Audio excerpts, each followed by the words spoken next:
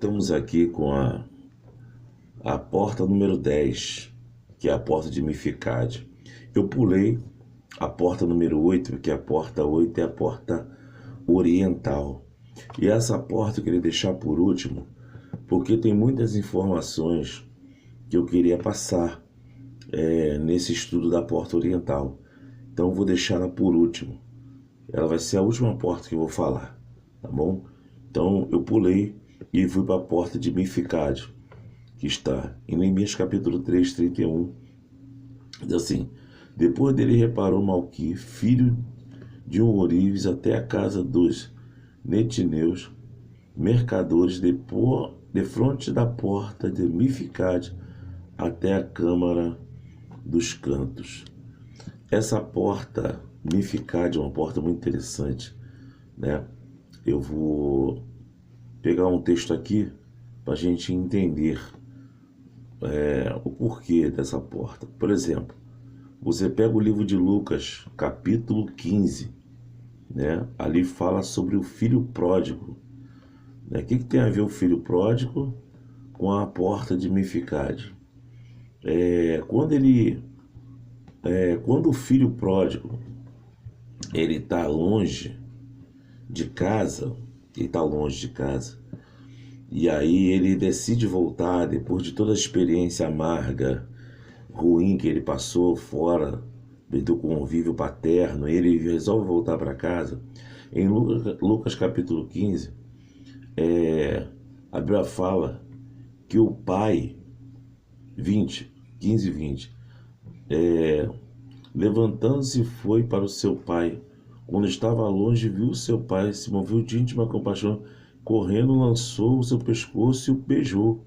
E o filho disse: pai, pequei contra os céus e perante si, não sou digno de ser chamado seu filho. Mas o pai disse ao seu servo: trazei depressa a melhor roupa, vestir, põe anel na mão e sandália nos pés. Por quê? Essa porta aqui é Zar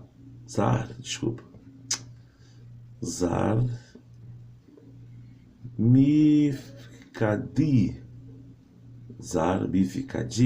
Essa porta é a porta onde ficava assentado os juízes da terra, julgando as causas. No caso do filho pródigo, ele quebrou todo o conceito judaico, toda a regra judaica, porque ele era o mais novo. Jesus contou uma parábola que vem desconstruindo toda a religiosidade da sua época. Primeiro, esse jovem, ele não poderia ter solicitado a sua herança porque ele era o mais novo, porque ele tinha que esperar o pai morrer e o irmão primogênito assumir.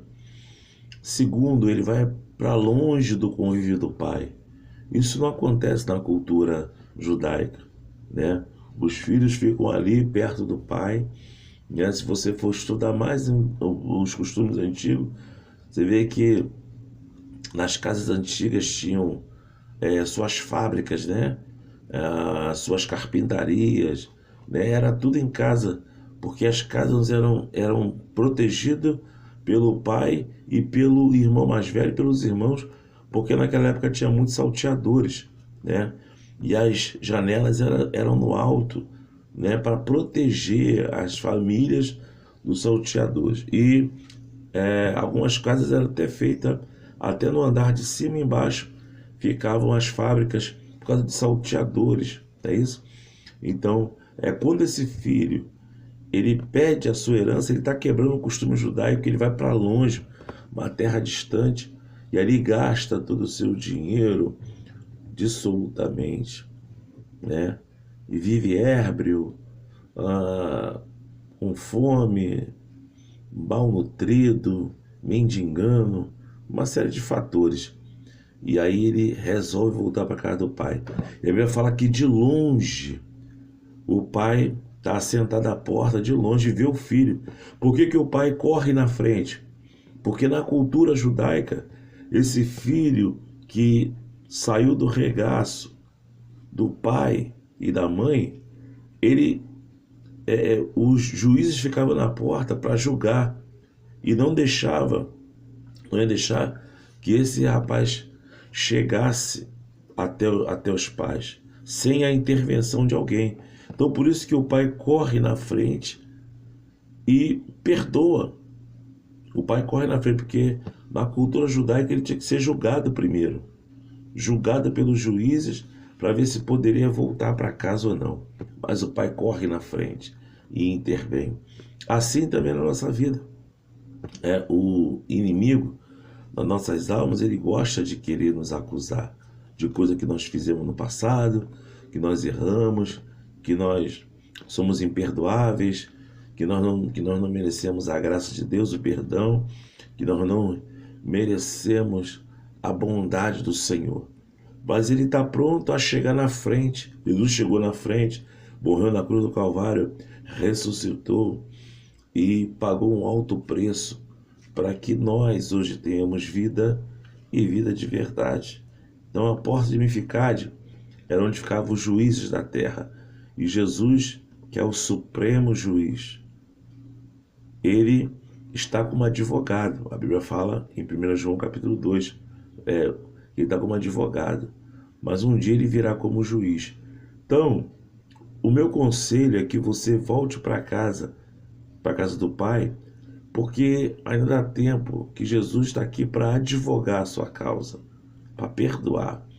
Mas um dia, como diz em Apocalipse 19, ele virá para julgar, sentado num cavalo branco, com a sua veste salpicada de sangue, e no seu manto escrito Rei dos Reis e Senhor dos Senhores. Ele vem para julgar e pelejar com justiça. Amém? Então, aí está a porta de Mificade. Amém? Essa porta aí, Zar Mificadi, significa Mificade. Amém? Voltarei com a outra porta, que é a porta de Efraim. Deus abençoe, em nome de Jesus. Amém.